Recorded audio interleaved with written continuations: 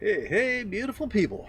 It is June the 16th, 2014 at 12:25 p.m. I am at the beautiful home of Kim Fuller and her other, Tom, and we're down by the lake that's right outside of their place, sitting on the porch. And I have to say, are we having fun yet? This game's getting pretty amazing. What I'm experiencing and what so many of us are experiencing, and it's always a fractal, all the way up. There was a death process that was going on with me while I was in Ocean Springs. I'm in Panama City, Florida now. Um, that death process was just an energetic releasing of of the game. There's there's many people that we come into life in many lives, incarnations that we have been playing the game with. Some of us can call it our family monad, and and many of us were born into situations where we were there to transmute energies in history. And as we do that, and we can release it, then we can go on to the next level, play the next games. And there's even greater families. There's star families. There's spiritual monads, soul monads that are different from the family that we've replayed the karmic issues with over and over and over. And not all of us have been within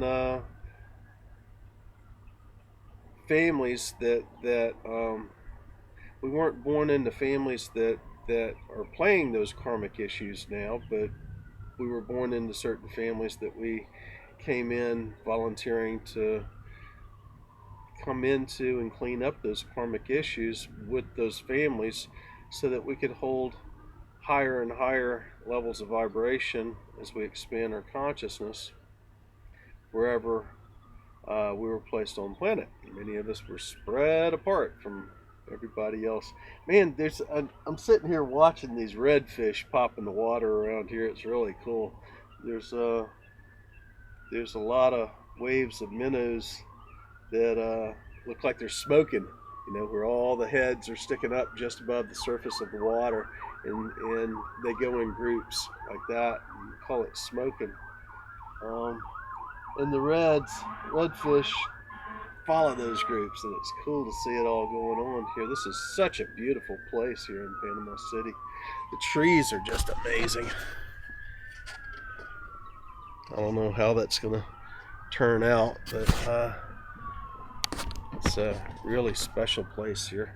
When I first came here 6 months ago, as I was coming into Panama City, I could feel a vortex. And as I was here longer and longer, I found out that vortex is centered right here at this apartment. I can go out from it, and as I come back in, I can feel it more and more. And it's centered right here within the dining room area of this particular apartment. That's pretty wild. Anyway, for a lot of us, my last few videos on cleaning up and transmuting family histories and cleaning up those magnetics tended that rang a bell with a lot of people, and there's a lot of us going through exactly the same things. It's almost like we're in these whirlpools, these vortexes, spirals, and the experience are the same with so many of us. Even though we might hold different levels of vibration and consciousness, we can look out and see similar experiences. Watch those fractals playing out. There's always fractals within this life. There are fractals, within the exterior on the local level. It's the personal level. It could be the family or friend level, and it could be the local government level or the state or whatever. It's really interesting to always see those fractals. Right now, we're here cleaning up the magnetics and changing our perceptions and changing the reality, because our thoughts and our perceptions and those magnetics that we put out really is what's creating the reality. Um, I was going through a death process when I was in Ocean Springs. There was a completion that I had to go through with the family I was born into this life, and who I love so dearly. But just like so many of us that are really, really raising our frequencies and doing that fast, um, others around can't keep up. There's this redfish. You can see the wake of him. The wake of him. He's coming straight at me right here, like doo doo doo doo doo doo doo, like Jaws. And he's dropped below the waves now. He's dropped below the still waters. It is, oh man, you'll never be able to see it, but you can see him down here in the water. It is just so beautiful. Anyway, there's many of us going through this death process right now, and I find it interesting that when I was in Ocean Springs and I did the geomancy in Ocean Springs in the water to help raise the frequency, and like I said, I was doing that for myself as much as anything, for my universe and my reality and my perceptions and how I see it. I was told to hold on to several of the larger crystals, and was planning on planting them in the Ocean Springs area in the land, and I was told to hold on to that and to get here quick. Anyway, Tom was calling me over, get here quick. We've got this dream of building alternative energy trailers for remote power systems, or for a power system for your house, or even for electric vehicle or stuff like that. And he's doing it in his designs with a background of being on submarines. He was Navy SEAL for a long time. Well, was. And you're always. And it's a really interesting thing what has happened since I've been here. The same death process that I'd gone through in Ocean Springs. Woo woo! That's my choo-choo train. Anytime I need a confirmation that seems to be right at the same time, right at the same instant, same moment. I was going through a death process in Ocean Springs and just releasing all the old history that I grew up in, and that was in my family, and the experiences, and cleaning up those magnetics is really at the highest level of it. It's, even above the thought, it's the magnetics. That's the magnetics are the karma. Magnetics is what emanates from your heart. You don't feel from your head until you really are hitting the higher levels. You feel from your heart, and you learn to think from your heart and feel from your head once you start going through your ascension process. But I was going through a death process when I was there, and really realizing dreams and things that I really wanted and desired all my life would never be. Not until those persons who I love and I care for so much go through their process and go through their changing, and it's not up for me to change them, nor is it up for me to be their savior. And so there was a lot of releasing of old dreams and things that I wanted previously, so I could move on. And there's a lot of us doing exactly that right now. And we're going through a death process so that we can expand to a higher, new state of being, a new frequency. And we can only do that as we release those dreams or those magnetics or those things that bothered us. We can only do that if we see what is the illusion in a very real way. Not everybody is ready to go through that. Tom had called me over to Florida and said, "Man, let's get over here and build these alternative energy trailers together." And um, I had the messages to not put those crystals in the ground and come here as quickly as possible. There was an emergency. And anyway, I got here, and Tom had received messages. He's someone that can remote view quite well, and had been telling me of many of his experiences of being out there and what he was viewing and seeing. And he had seen, when he connected with Metatron for the first time, that somebody was bringing crystals into his life, and those crystals had the answer. And I had no idea he had that message, and I was told not to plant those crystals in the ground in Mississippi and to bring them with me here. God, the birds here are just amazing. I just have that was 11:11 as I looked down and saw that. Man, I've seen all kinds of birds. The animals here are just phenomenal, and they're just interacting all the time. It's with humans. It's just everything's getting very, very magical. It always has been very magical, but it's really unfolding fast. Um, anyway, Tom had received the message from Metatron that the crystals would be delivered, and those crystals would have keys and encodings for the next part of his process. He didn't know I had the crystals. I didn't know that he'd gotten the message. But when I got here and he told me that, I told him what I'd brought, what my messages were.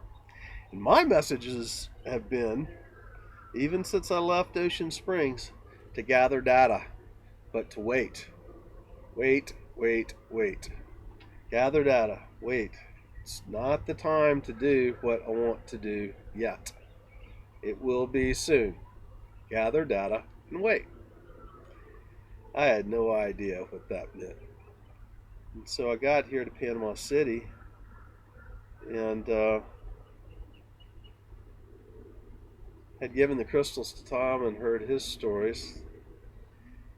Kim Fuller had gathered several of the persons that joined her together in metaphysical meetings that they do here, and we were having a meeting one night, and we were talking about the crystals, and I brought them in, and boy, are they powerful. They are super, super duper powerful. And I brought them down and presented them to Tom at that time, and I had no idea what was going to unfold here in the next few days after that.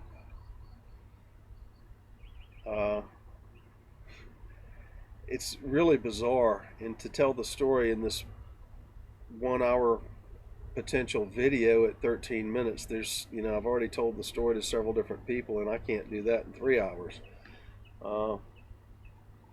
Anyway, making short work of it,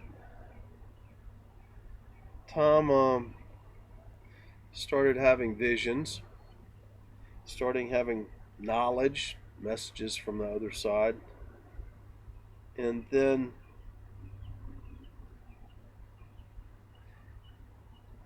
Saturday, a week ago, we had to do a trailer repair for Kim's daughter and repack her wheel bearings. I had to replace the springs, and I told Tom that I didn't want to use the synthetic oils, the marine grade oils, with my hands because I absorb that stuff so easily, and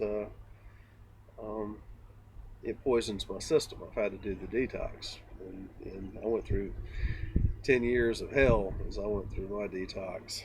And Tom hadn't really started into his yet. He was working on it, but he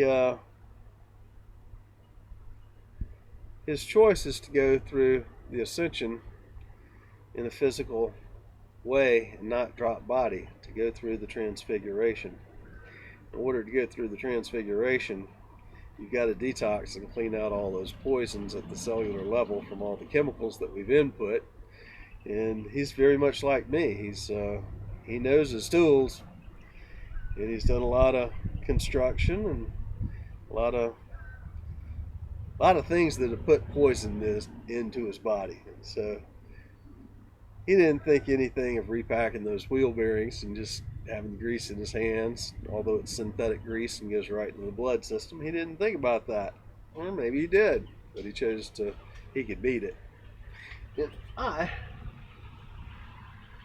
had known that I got to be very careful with that. I'm going to feel kind of rough the day after if I got into something like that. So I was changing out the springs, taking everything apart, changing out the springs, leaf springs on the trailer. At the same time, he's packing bearings. And so he's getting all this stuff in his body. Later on that afternoon, we went out to his property, which he has 4 acres, and he's a master gardener. And we were putting netting over his blueberry plants. He was going out to his bamboo patch and cutting down bamboo to lay across the blueberry plants so that we could net it. I was gathering all the blueberries that were ready. And anyway, he got hit by a swarm of yellow flies. And within minutes, I could see his knees getting weak. And yellow flies just look like a regular house fly, except they're yellow.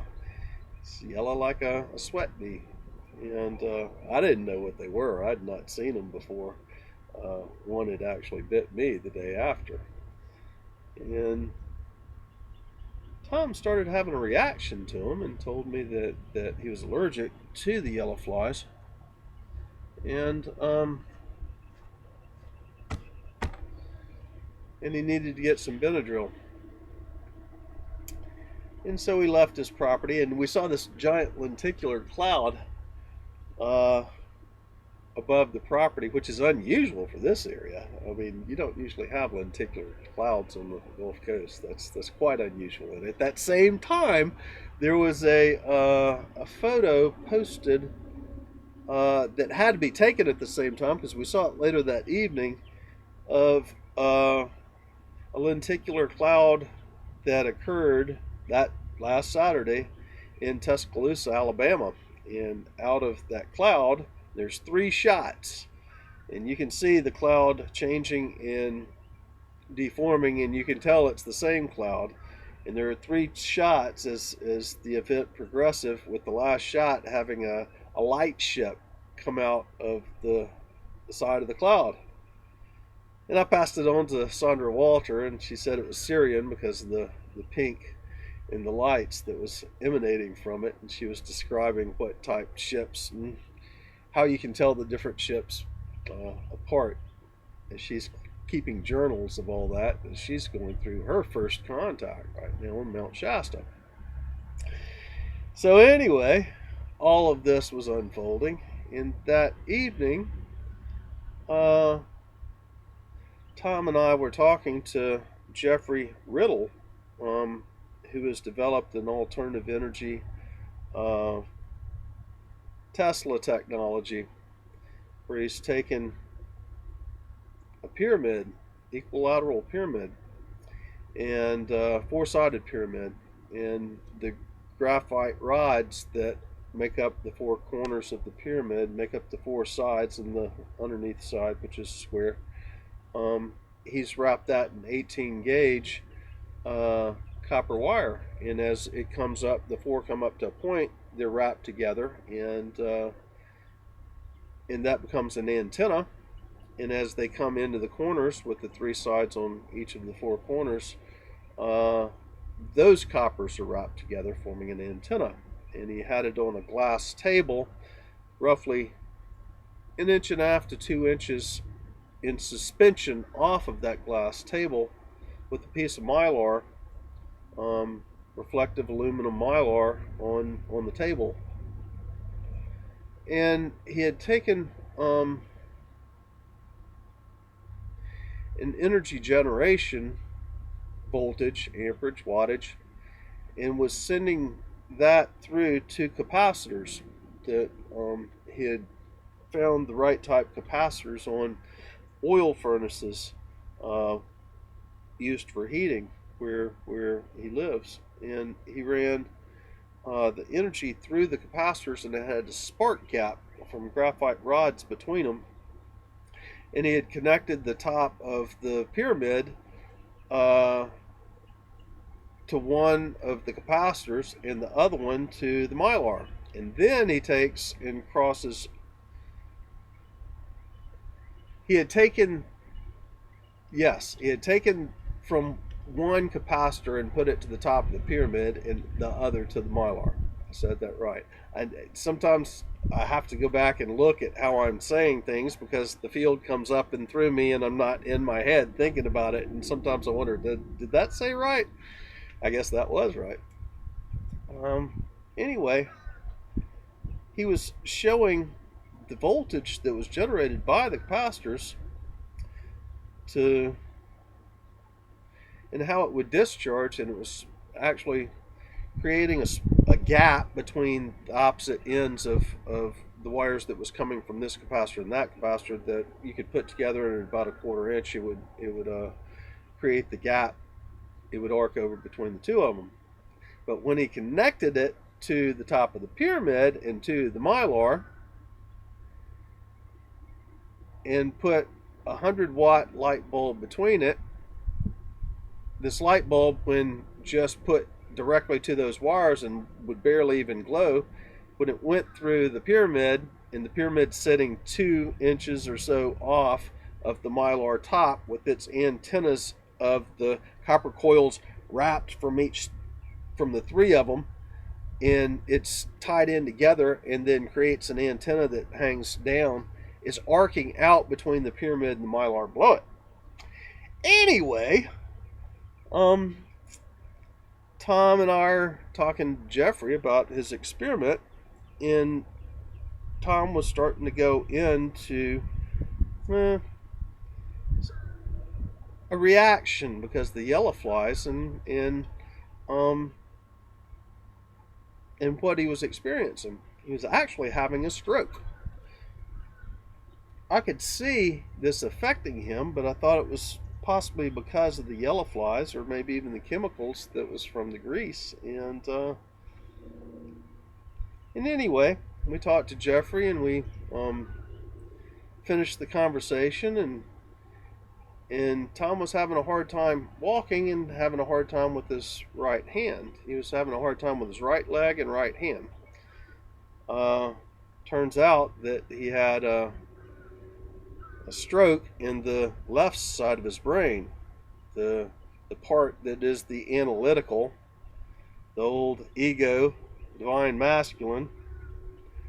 And the right side, his right arm and his right leg, which is the power, the divine masculine power. The next morning, Tom wakes up and he's lost function of his right hand and of his leg. And Kim calls a friend of hers that does energy healing, who came to the house. We did energy work on him. And I could see this great energy that was flowing out of Tom at that time.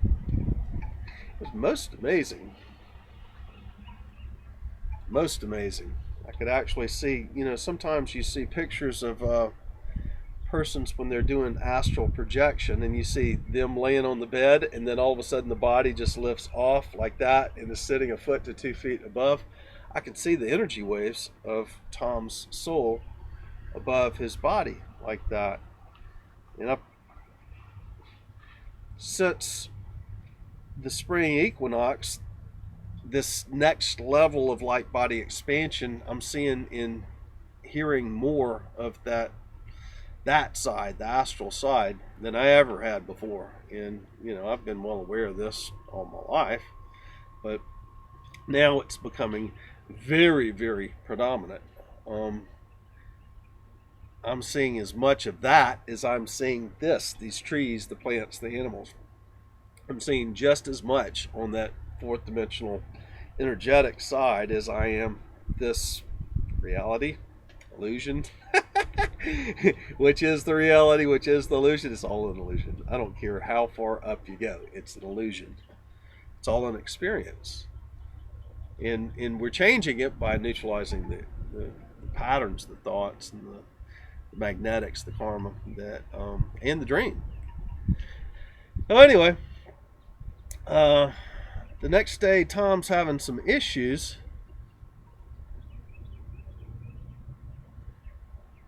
And we're going out and working with Kim on some of her landscaping projects. Actually, this might have been the day before. It's hard for me to tell days anymore. I can only live in this now moment, and since I'm not thinking about it, it's not logging in. I'm just present right here and now and just experiencing whatever it was. But now I'm trying to go back and tell you a previous now moment and the experience of it. And sometimes the table of contents is not exactly right as far as the sequence of events. So I don't remember whether it was the day before the energy work was done, we went out to do the landscaping or not. But anyway, we went out to do landscaping on a project of Kim's, and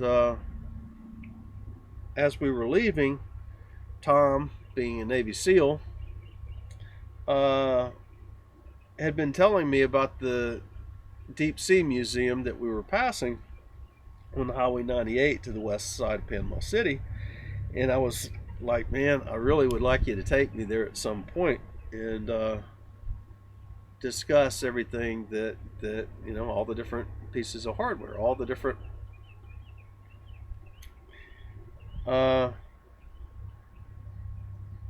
old deep sea diving bells, or the Alvin, or there were pieces of hardware that were at this museum that when I was in 5th and 6th grade in science class, we were looking at the pictures of this in our brand new then science books, and I was always amazed by what they were doing in science.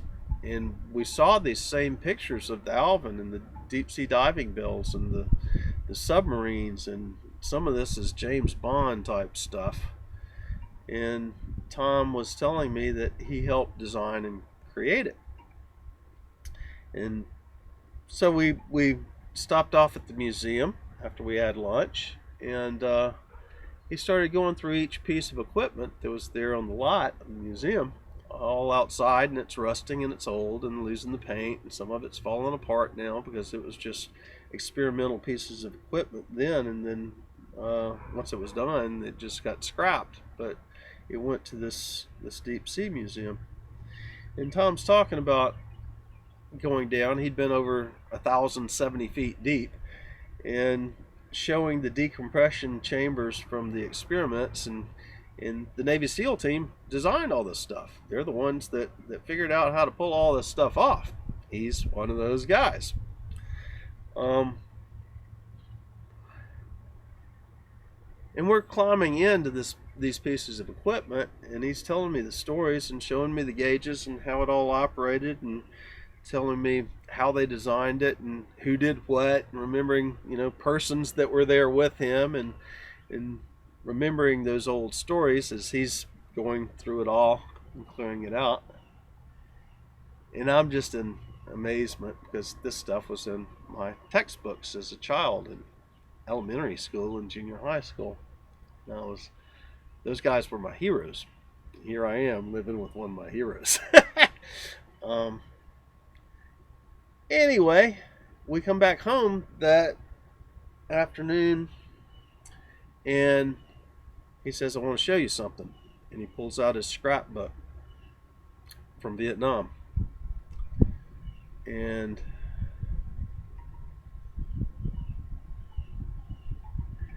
And in the scrapbook, on the part with the seals, where they're, he started off as a frogman, and then President Kennedy formed the SEALs in 1962, the year I was born.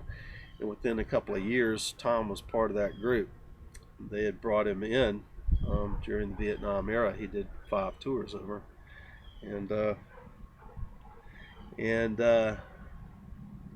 Tom pulls out his scrapbook, and there's all these pieces of equipment we had just seen at the Deep Sea Museum, all brand spanking new, freshly painted, sitting on the decks of the ship or submarines or on deck of a pier. And here's 20-year-old, 22, 30-year-old Tom, all a youngster. Now he's 65, and he's in the pictures with all these different pieces of equipment. That was pretty cool to see all that. And then we started, for 6 months I've been working with him and helping clear what his experiences were in Vietnam and before and after. And a lot of times when I clear, as the energies are going up and out or channeling in and out, either way it's an exchange, and many times those energies come through my field and I see the movie and the replays of the experiences. And it's not necessarily a comfortable or fun thing to do. It's sometimes it can be like watching a horror movie, and I never really cared for horror movies. That's not me. I wasn't one that laughed it, I lived it. My life's very much like a movie anyway. Anyway, Tom had been telling me stories for months, even when I was in Crystal River, and I came up here with the Opal Tour and met and helped him do some clearing and then shaman and experience for him, which had to have the clearing done or a portion of it before he could go through that experience anyway. And anyway, as we were sitting and looking at the photo album, through the pictures came a lot of the movie of the experience that he had within his field as he was processing it. And Carrie Ellis and Teddy Mulder happened to give a video call while we were going through this, and it was interesting because Tom and I were holding the Divine Masculine, and Teddy and Carrie were holding the Divine Feminine, and we were allowing much of the history of the duality experiment, and those of us who have been the warriors and literally have been very, very brutal, pass through our field, and we were processing and transmuting those energies. As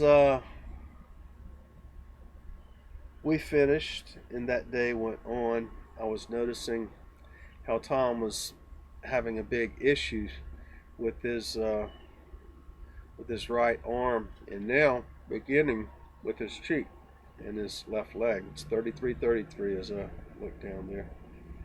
And he was starting to drag his leg around. I was having to follow him up the stairs, like you stand behind a child, or as a gentleman you walk behind the ladies as they walk upstairs, or you walk in front of them as they're going downstairs, so in case they fall you catch them. And I was doing this for Tom, and he was kind of getting a little upset about that, saying he can handle it. But I was telling Kim that we've got to get him out exercising. Something's going on here, and Tom didn't want to go to the hospital and didn't want to deal with all of that. He thought he could solve the problem himself. Sometimes Western medicine's fantastic, and this is one of those times. Tom would not be alive right now if it wasn't for Western medicine. And I got burned years ago and spent 6 weeks in intensive care myself, and I would not have survived if it wasn't for that, for Western medicine. The ability to have painkillers and getting patched up like that. I've had several experiences like that. I should not have survived. And there's a good reason for Western medicine. There's a good reason for Oriental medicine and nutrition. and energy work. They need to go hand in hand. It's the problem with Western medicine is there's too much left brain, and they know what's going on, and they're not open to the other woo-woo stuff that so many of us who will be watching this video are into.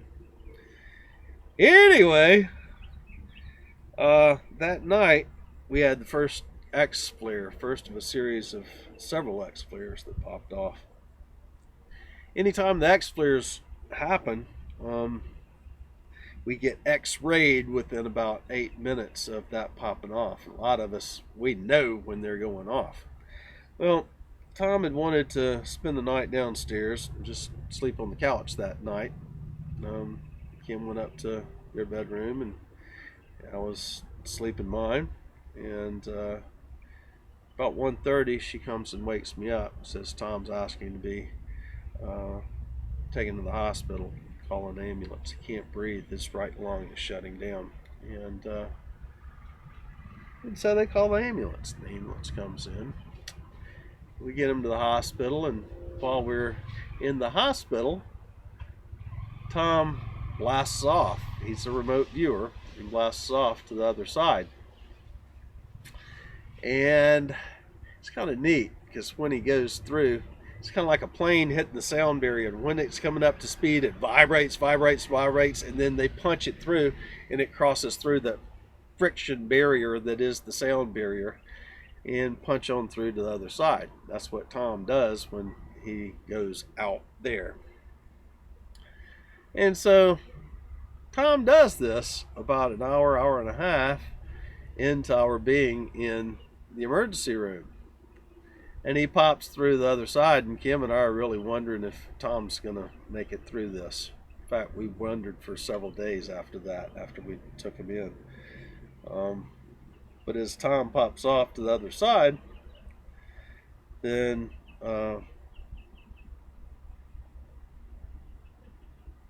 he says he's beyond the veil, and he's consciously telling us, speaking to us, that he is beyond the veil. And you can see his eyes rolled back in his head, and you can ask him questions and he answers them. There is part of his spirit still, part of his soul still in body, and the vast majority of him is out there. And I could see it in the energy as he was leaving body. I could see it coming off of his chest, radiations as he was pulling off, as his light body was leaving, projecting, going out there. And Kim asked him who he's with, and he replies, Metatron and Archangel Michael. Lord Metatron and Archangel Michael, not Archangel Michael, Metatron. And we were like, well, what is your experience? And then he starts talking about Jeffrey Riddle's pyramid, and saying that pyramid that's like this has to have another opposite one put to the opposite side and then conjoined like a Merkaba, and that we must 3D print that point, the clips, for the conjoining. And he says there's more to it than that. It has to do with the crystals. And a long crystal is needed, pointed on both ends, projecting from both ends, that is also wrapped with the same copper wire that the pyramids are wrapped around. And the antenna from both pyramids is joined and meets at the crystal, and then it radiates out. So you're creating a big Merkaba circuit, for lack of better words. Tom is an electrical engineer. I went to school for tools, tool and die, machining. I'm not an electrical engineer, but that was interesting hearing him come through and telling the messages from Metatron. I had seen in a vision as I was coming here a propulsion system that was mechanical, that replaces the rear axle housing where the differential is in a car. And it's a directional drive motor that goes forward and reverse, that goes out into the magnetic axles that is held by magnetic bearings, and it goes out to where the wheel bearings are, and those wheel bearings are on magnets. It's not mechanical wheel bearings. And the axle, fluted axle that goes out, is driving magnet plates as it spins forward or backwards. And in the axle housing that axle is placed within, you have stator coil plates all the way from the center of that drive unit outwards towards the axles. And I had seen that. And this was on my drive over here to Florida. It's very similar to my wind turbine project and just a step up. And as I got that download and asked Tom when I got here, and then I asked Robert Towers, we asked Robert Towers, I was like, what is the problem that I'm missing here in this energy propulsion, energy drive system? Something that you could hook up to your house or hook up to a vehicle and drive. They said they don't see one. And these are the electrical engineers. So anyway, I had this idea, and while Tom is in the emergency room and Metatron is coming through, I'm asking about the importance of creating these units to change the world. Metatron and Archangel Michael laughed. They were like, yeah, you can do that. I was like, well, isn't this what we're here to do, to change the world in this 3D linear way? And the messages came back from the other side. Nope. Said you can do that. You can spend your time doing that. That's if that's what you wish to do, go ahead. That they would help. Then I asked, well, what is the mission? If we're not here to design and create propulsion systems, energy systems, what's the mission? The answer was, hold the dream. Dream the dream. Hold the dream. Everything starts with the dream. It starts with the dream, the divine plan, and that is slowed into how it's made up, the light that it's viewed in, slowed into the sound as we speak it forth and invoke it. And that's all the non-physical, the spiritual chakras, the spiritual heaven's forces. It crosses at the heart level into the physical experience. And so the message was, dream the dream. Don't get hung up about the physicality. If you want to spend your time building it, build it. That's what you're going to do to change it. Change it. But the big thing is to dream the dream, because what you're doing is you're putting it to the consciousness grid. It's not necessarily to the World Wide Web. The World Wide Web is a representation of the consciousness grid. Tesla and Marconi had the same idea for radio transmissions across the Atlantic at the same time. Tesla was building radio-controlled boats 20 years prior to Marconi, but you know, the radio was at the same time. Many of us are doing that because we're touching the consciousness grid. We are attuning to that level of frequency where we can pick up information from. That's what we're doing when we're talking to the higher levels of self. As we get through the ascension process, and as our light is expanding, just like a drop of water that's been put on a grain of sand. If you can take that grain of sand and you put a drop of water on it, it magnifies. 4411 as I look down, that was cool. It magnifies that grain of sand, so it makes that sand look really big. Well, that's what's happening as we're expanding our light, because all these little push buttons, all these little magnetics, all these little things that threw us into various modes become even more magnified, although with those of us that have cleared out our stuff, it's got really small, but that light is like a magnifying glass. And the more you expand that light in your magnifying glass, the more it makes that smallest thing look very large. And that's what this death process that we're all going through right now is doing. We're in the process of cleaning all that up. And Tom right now is going through that at a very rapid rate. We thought he was going to possibly drop body there for a while, which he's not now. There was an experience. This has been nothing but a continued set of experiences multiple times a day that is just so magnificent and magical. It's just hard to even relate it to somebody that's not there and living the experience.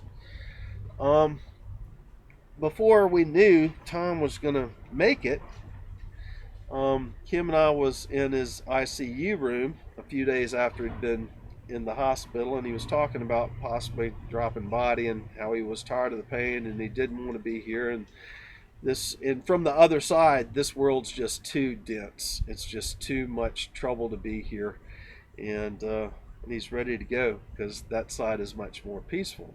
Well, over here is the true mastery. Over there, you can cop out and get over there and not have to deal with crap that you got to deal with here. Yeah, it's really dense here. Anyway, Kim was holding Tom's left hand with her right hand. And as we receive energies, it comes in our left side, the divine feminine, goes out our right side, the divine masculine. And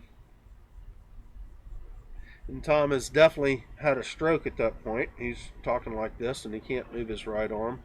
And he's got some gout going on in the wrist that the doctors keep on saying it's just arthritis. Well, what is gout? It's arthritis. It's uric acid crystals that's been built up from the chemicals and stuff, and they're not willing to say that. But what they're doing is good. He wouldn't survive without it. Anyway, I've got a hold of Tom's right arm, which isn't working well, and it's causing him a lot of pain with the gout at that point. You can feel the heat coming off of it. You can see the discoloration, the swelling. And Kim and I are holding hands with my right hand and her left hand, completing the circle. And as Tom was going out into the other side, this next gateway that Sandra, hear the whistle, a little train whistle right at that instant. The portal, next gateway, we're getting them every month now. But the next one for the solstice began coming in, and that was the 13th.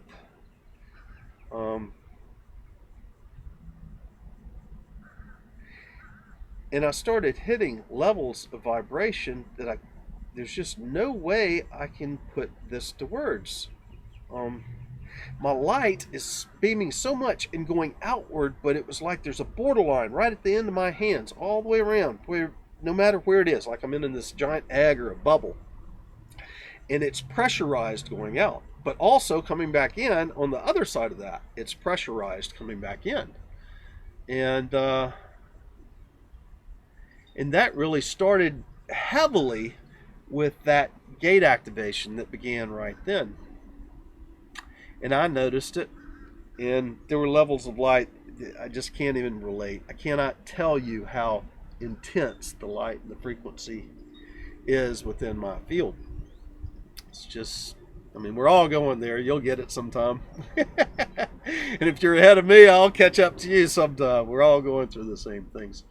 And anyway, Tom at that time was talking about checking out, and Kim and I walked off preparing ourselves for that potential. And I was neutral in the whole thing. If that's what he wished to do, okay. Something had happened with me with my death process as I left Mississippi, leaving my old dreams and wishes and desires for family and to have that perfect beaver cleaver family. I just had to leave that behind. That was part of my death process. Tom's was a little bit more physical. He's going through a crash course right now and is releasing and stuff. And anyway, that evening he goes off venturing out like he does, remote viewing. He starts shaking, and then all of a sudden he blasts the other side, and something different. He pops out, and there's this large-eyed wow, like I'm in body again. It's now how I would term what I saw. And then all of a sudden he reaches out and he grabs something and he brings it back and he looks at it and he takes it and he places it. And then he notices what seems to be beings around in front of him. And he's talking and addressing these beings. And then he starts chanting. And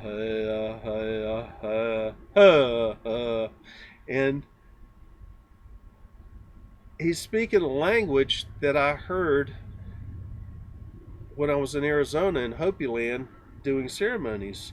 And I thought it was Apache. And Trish Will, Tinkerbell, told me last night she was receiving it was Navajo. It doesn't really matter. It's much the same dialect. And the shaman comes through. And the shaman is able to chant without the lip like this, where it's locked down. And the shaman picks up his leg that is paralyzed and drops it like there's no problem. And the shaman takes the right arm and pulls it in and starts working around it, tapping around it, feeling the right arm without even looking at it, knowing exactly where the IV and other things were. And when it first happened, I was very careful to pull his hands away from the IV. And then he starts pulling energy out of the air and putting it into his arm, and more energy out, and blowing energy, grabbing it and blowing it into the arm. And he's able to lift his leg up and down like that, able to speak without having that slumped right side of the mouth. There's another entity in him. And later I would ask who that was, and it was Tom in another existence, another lifetime. And the shaman starts speaking and saying the other persons in the room. And he goes, Jesus! And he looks at me. Yeshua! Yeshua! Yeshua! And we're all, it's not just me. As we go through this light body initiation, as we go through the Christing, that's what it is. We're going through a Christing. Many of us knew that Jesus, Yeshua, held the office of the Christ. He is the Michael of this local universe, of this galaxy, the creator of this galaxy and this experiment duality experiment that we're now cleaning up. Anyway, the shaman is there for about 45 minutes, and I videoed with the same laptop I'm doing the video here on the whole experience. I've been asked not to share it, and I hope you can understand that. But for now, until everybody's ready for that needs to be held under the wraps as Tom's request. And there's other things that are going on right now globally that I'm in the middle of, that because of what's going on with financial changeover and things like that I've been asked not to share. And I can understand that. Things are really critical right now, and timelines are merging, and I feel the energies in a constant state of shift. It's like whirlpools sometimes merging in, and then a giant whirlpool that'll break off and go other ways. There's just energetic flows going all over the place. And right now we're here to hold the dream of that which we wish to create and bring forth on planet. And but what I've witnessed has been just most amazing here since I've been in Panama City. And with the shaman coming through to heal Tom's body, and when the shaman leaves, Tom's still dealing with a little problem with his mouth. The shaman came through the night before last and was doing this door. and stretching his mouth. And then yesterday, Tom's mouth's working pretty damn good. So it's most amazing seeing what I've witnessed and what we've watched here. There's a miraculous healing going on, and there's a death process. You got to remember that we're going out of the patriarchal 5511 as I look down there. Patriarchal way of being. Oh man, there's this beautiful white egret flying across here. You'll see it in just a second. Oh, he's coming through this way. He's coming right at me. Look at this. Check it out. Cool. Hey there. There's some miracles happening right now. A lot of miracles. And there's a lot of magnetics that's getting cleared up. And I can feel it everywhere. Even the hospital staff are awake and aware of what's going on. 55. This whole planet's shifting. A lot of the persons that were anchoring the dark side, the duality, which were the Illuminati, and it's not that it was dark side, it was just fourth dimensional energies, and they were controlling and manipulating persons on the planet through the lower fourth dimensional, witchcraft, sorcery, however you want to, rituals. What do you think Bohemian Grove's all about? Many of those guys, it's said 11,000 of them out of 50 some odd thousand have been removed from the planet right now.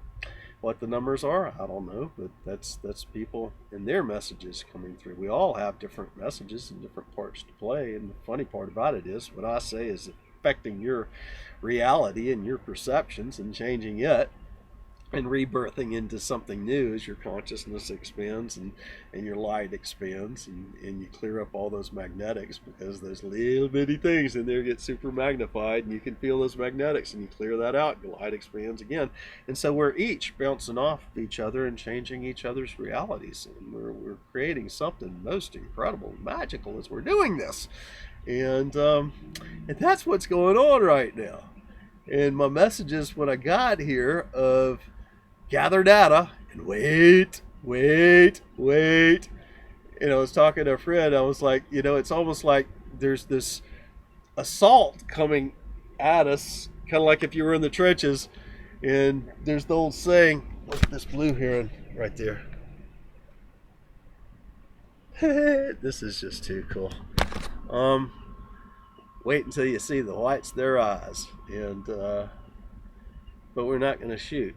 It's not about that. It's a different ball game that's going on. We're changing the magnetics. We're going through a death process, and we're cleaning up all this old stuff, transmuting those energies into something new. Persons that are still in body aren't ready for it, then they're still getting their frequencies raised with all the CMEs and solar flares and